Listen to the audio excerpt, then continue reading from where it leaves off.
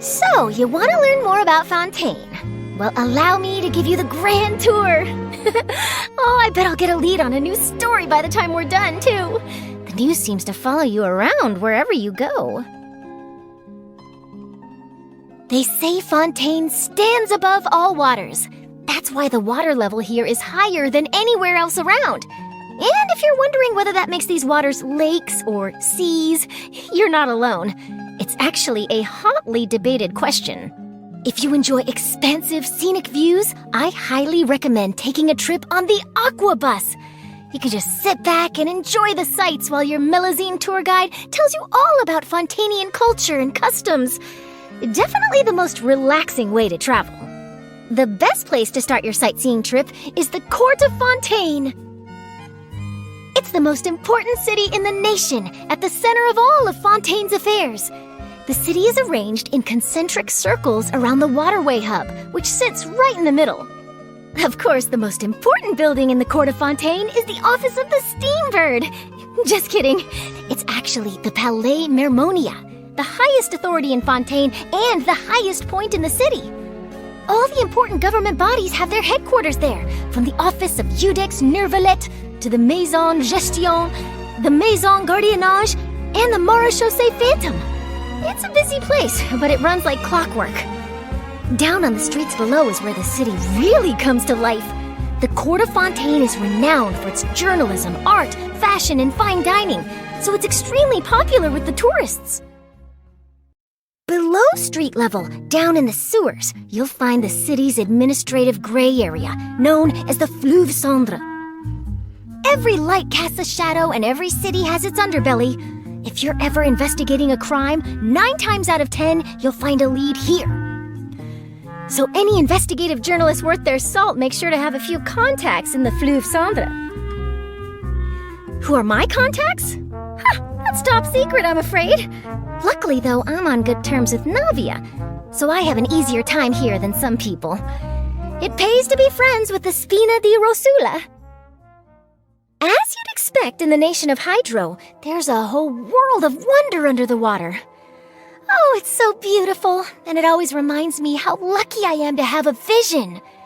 The only way to go diving without one is to wear one of those big, clunky dive suits. Oh, unless you're you, of course, but you're the exception that proves the rule. The Diluvian period buried a lot of our ancient history and architecture beneath the waves. So there's a lot of public interest in deep-sea exploration. A lot of journalists take advantage of that, but so do a lot of scam artists. I don't know what it is about this place. Every time I come down here, it always evokes a strange sense of bittersweet wonder and hope. Welcome to the Elton Trench, graveyard of ships. People always say it's haunted because of all the boats that have sunk here in the past. A few hundred years ago, this is where the White Armada of Fontaine's navy fought a very costly battle with the giant beast Elynas. But they prevailed, and finally the beast that had caused so much disaster in Fontaine was slain. Its head is right here, and its body became the Elynas Mountains. Wait, what? A ghost ship? Here? Oh, wow. What did it look like? You gotta tell me everything, okay? Uh-oh. Looks like we've drifted into Liffey region. Oh, careful. Don't get caught in the searchlights. Oh, too late. Sorry. Hello there, false alarm. We're not criminals serving time here. Just ended up here by mistake. This is my press card from the Steambird. Oh, what a bummer. Come on, let's take a look around while she's verifying our identities. Bit of a gloomy atmosphere, huh? Is it because we're so far underwater? Well, while I'm here, I may as well see what I can dig up on the Duke who runs this place. Any idea who I should talk to in the fortress of Meropide? Phew, we made it ashore. Am I glad to be back on dry land. I never want to be mistaken for a fugitive again. To the northeast of the Court of Fontaine, at the north edge of Erinnyes Forest, is the famous Fontaine Research Institute. Well, what's left of it at least. The decision to build it here was made by the founder, Alain Guillotin. He built a park next to it in memory of his sister, Marianne, but not much left of that now either.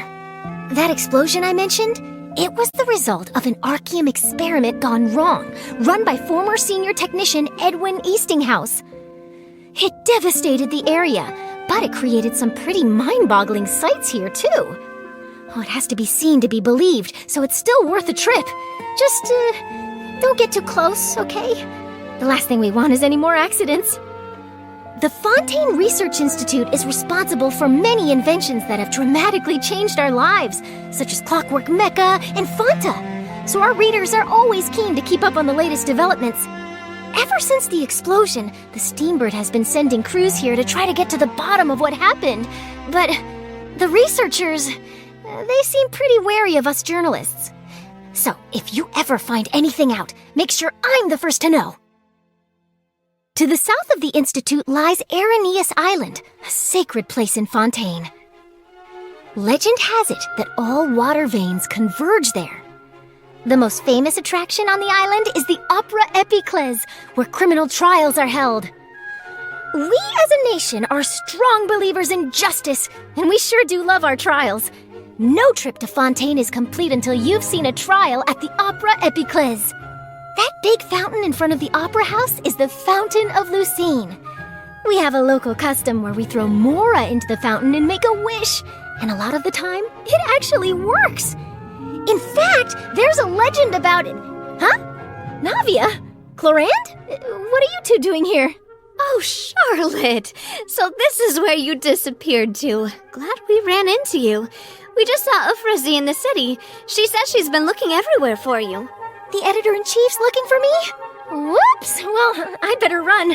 So sorry, we'll continue the tour next time, promise. Tour? Ah, you're giving the traveler a VIP tour of Fontaine? Well, how about I take it from here? Save you the trouble? I can come along too. I'm off the clock right now. Oh, really? You do that for me? Oh, thanks a million, you guys. Well, see you around. Charlotte's always so full of energy. I don't know what Ufrazi needed her for, but let's hope it's good news. Anyway, did you guys come down here from the north? In that case, let's head over to Erinnyes Forest next. There's something almost dreamlike about this place.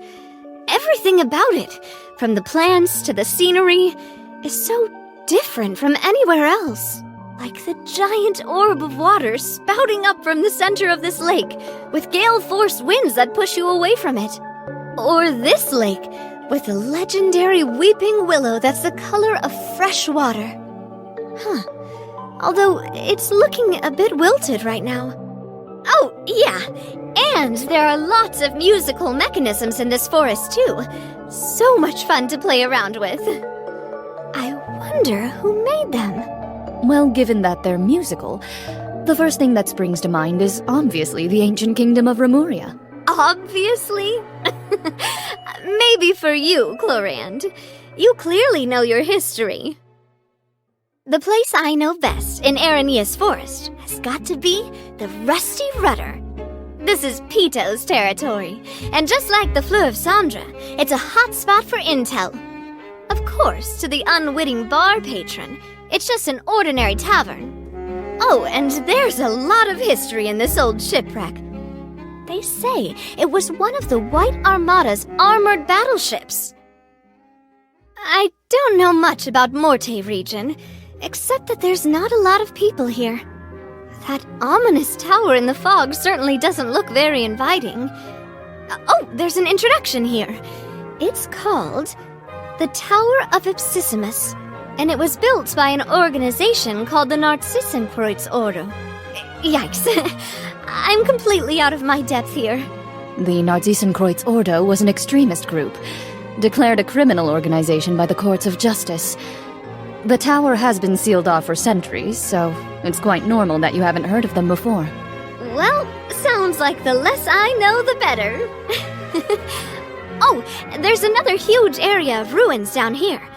But my history's a bit rusty, so, I got nothing. Sorry. Probably another relic of the Narcissenkreuz Ordo. Let's head over to Bellu Region, my home turf. We have a mountain called Mont Autumnki, and to its west is the village of Poisson, where the Spina di Rosula started. It might look like a makeshift underground settlement now, but long ago, before the water level rose, it used to be a bustling harbor. By the way, you know Poisson seafood soup? It's really popular all over Fontaine, and it was created right here by the local fisher folk. It's a simple recipe, but oh boy, it's delicious. Sounds like your history isn't so rusty after all. Only if it's about Poisson. Nothing wrong with that. Knowing your own history is a great starting point. Well said. Oh, I just thought of something else worth mentioning. The Siege of Poisson, a major moment in our history from several hundred years ago. Back then, the court of Fontaine was carrying out a purge of the Fleuve Cendre, and a man named Eduardo Baker bravely organized a resistance group. They ended up fleeing to Poisson and fought a final battle here. Eventually, the authorities broke through their defenses and arrested him. But even though it didn't end well, the people of Poisson will never forget his deeds. To the west of Bello Region is Beryl Region, a large mountainous area. It's said that the entire Elynas mountain range is actually the remains of the giant beast, Elynas, from centuries ago. This is the home of all Melazines. They were born inside Elynas's body. I forget exactly how that worked. It was 400 or so years ago. The Narzissen-Kreuz Ordo and the Marechaussee Phantom fought a great battle within the body of Elynas, and there was an enormous explosion. What is it with Fontaine and enormous explosions? The Marechaussee Phantom brought many machines to the battle, and the explosion sent mechanical parts flying into Elynas's flesh. It was from that collision that the Melusines were born. So at first, a lot of people saw them as unnatural abominations. Luckily, the Iudex overrode the people's objections and accepted them into Fontaine society. I shudder to think what would have happened to them otherwise. Most Melazines live in Merusea Village, which is deep underwater beneath the Beryl Mountains.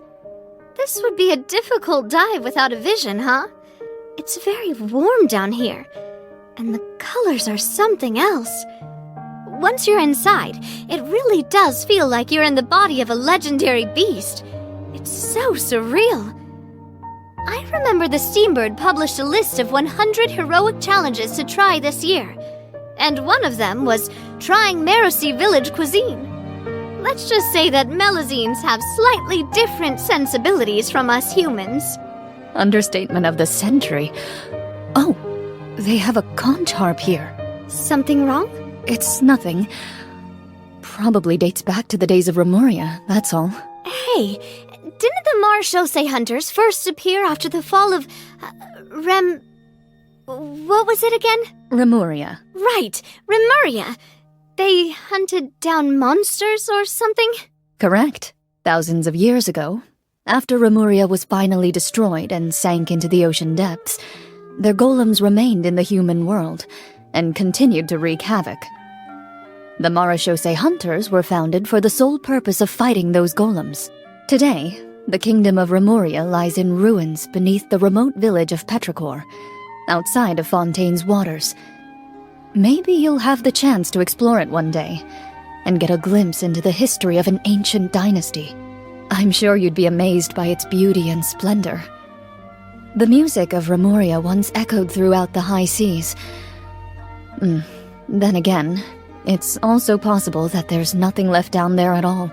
Petrichor is a peaceful and idyllic place these days. The tumultuous waves of the past have long subsided. Yeah, a heck of a lot has changed over the millennia. You're starting to look a little tired, traveler.